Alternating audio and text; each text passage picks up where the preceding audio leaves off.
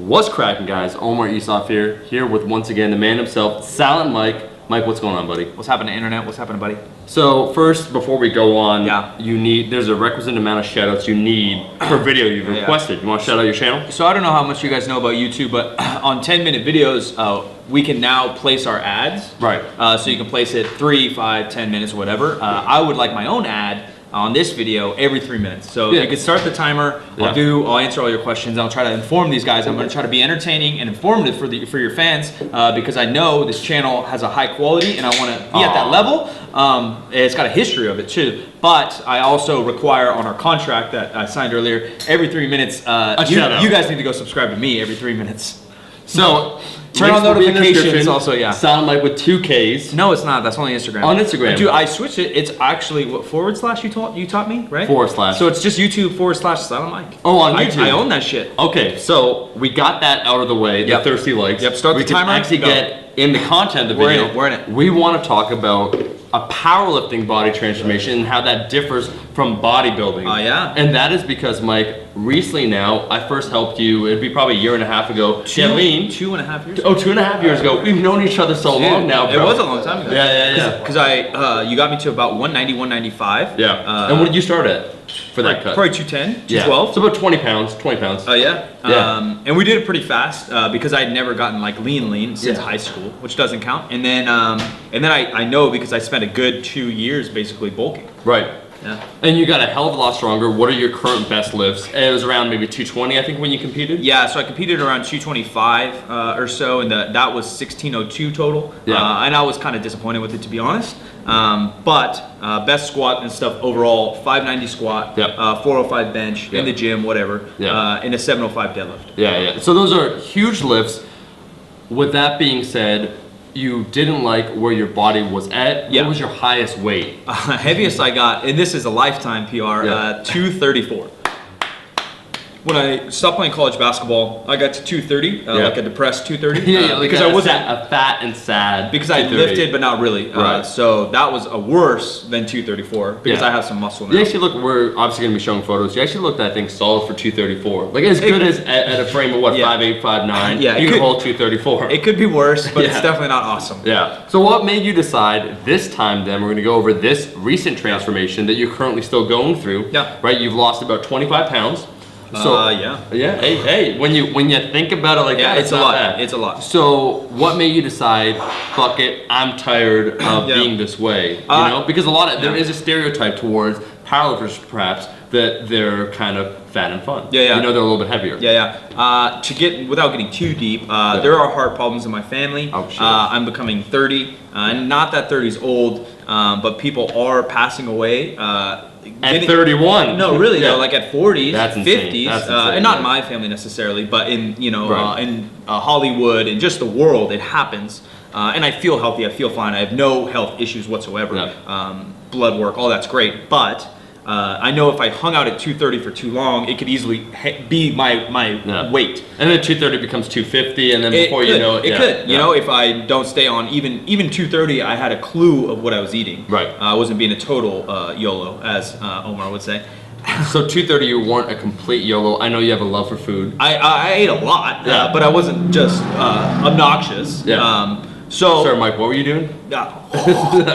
So that's ice cream choke. What were you doing, you pervert? Ice cream choke. And you guys can go and subscribe. I think it's about 3 minutes. 3 minutes of solid content. So shut up. So powerlifting's my love. I want to be strong. I always want to be strong, but I want to be healthy, and I think I want to get to my life weight. I don't want to do this, anymore.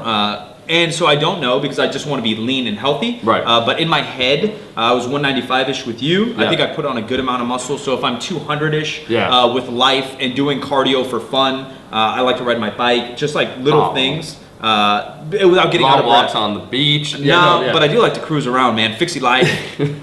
So 200 pounds is kind of the end goal. That'd be about 35 pounds. Yeah. Now, some people, if they don't know powerlifting body transformations, how they differ than a pure bodybuilding. Break this down, because how long did it take? Forever. It might take longer than people realize, and that is because you want to maintain your strength. And that's a completely different game than those that just want to get shredded, and the bench goes from, I'm making numbers up, like 360 all the way down to like 280 by the time they're done. If you're doing a bodybuilding show, physique show, bikini, whatever, you may drop 15, 20, 25 pounds in 16 weeks, 12 weeks. I've dropped that same amount of weight in maybe 6 to 8 months. And half of, I would say 70% of that is on purpose, and the other 30% is holidays and me just messing up. So I did it on purpose because I want to beat my PRs while dropping this weight. And so you have to really slowly layer things, and you have to stick to some programming. You have to have a freaking plan. Where if your goal is just to get shredded, you don't care about your bench press, you don't care about your cardiovascular health. You're doing cardio. You're just doing cardio to melt fat. You're not thinking about these things. And so I'm really thinking about these things.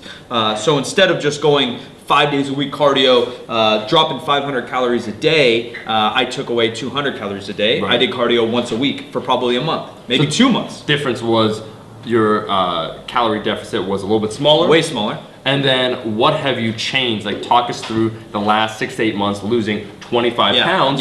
What are some of the things that you changed from the start towards now? Like the calories, macros. So calories continue to go down. What did they start? I'd probably say when I tried to hunt down my new maintenance, it was 3,000 to 3,300, something like that. And then I kind of found myself around 225. And then things were moving. So then for me, it's just slow layer after slow layer. I added a day of cardio a week.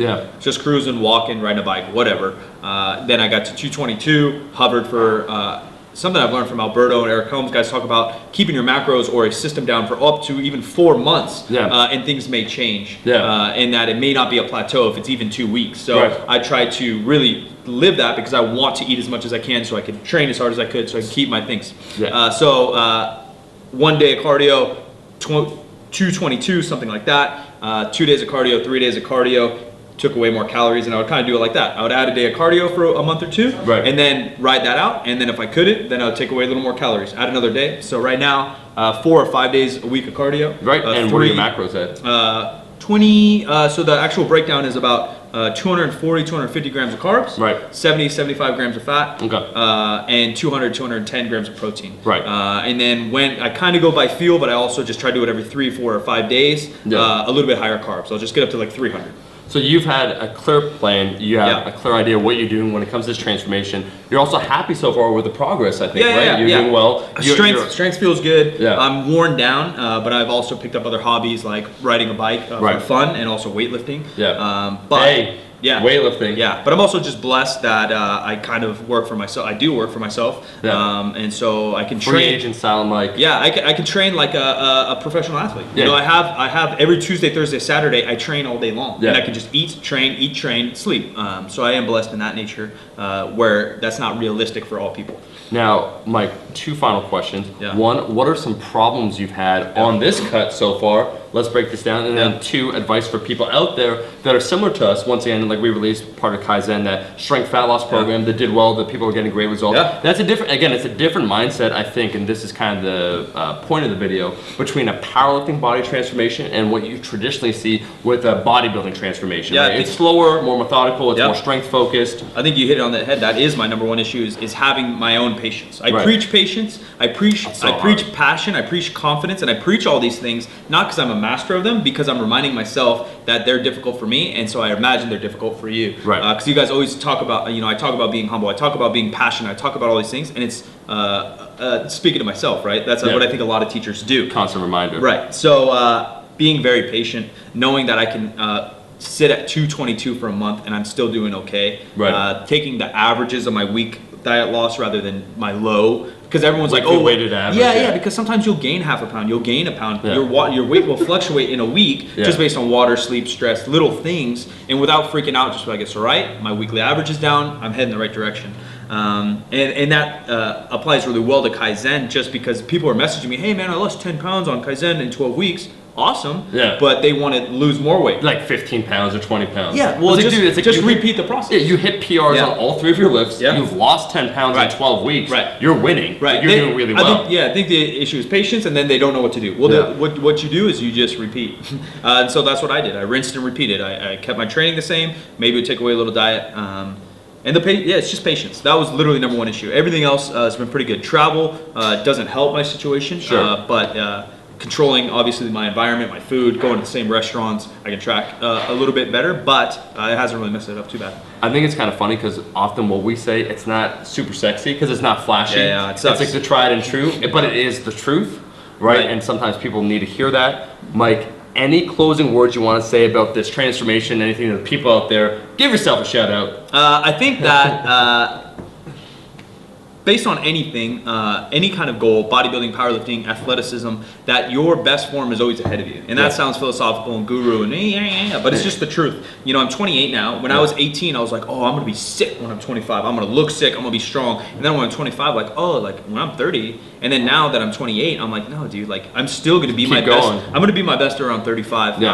And then even in my head, I see Instagram or on Hollywood, whatever it is. I'm like, dang, like I could maybe rock this shit out hard till about 45. Yeah. I think I could be very strong, healthy. And get that dad body at 45. 45. Yeah, then it's Ben and Jerry's sponsorship. Yeah. You gotta shift the whole goalpost. Around 45 maybe, but so just having not only patience within my training cycle, mesocycle, whatever, but having patience in 10 years.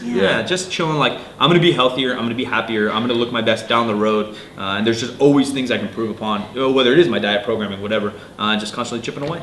Mike, we were riffing so long that the camera got tired. We're not tired. Canon, keep up, bro. Keep up with us. Get on our level. How many coffees is it so far today? I don't know, like 3? One, maybe one. 2 coffees, 1 energy drink. But we're plowing content. We're plowing things. Yeah. Live tomorrow. 10 a.m. 10 a.m. Sunday. And if you like the video, Mike, like the video and follow me, bitch.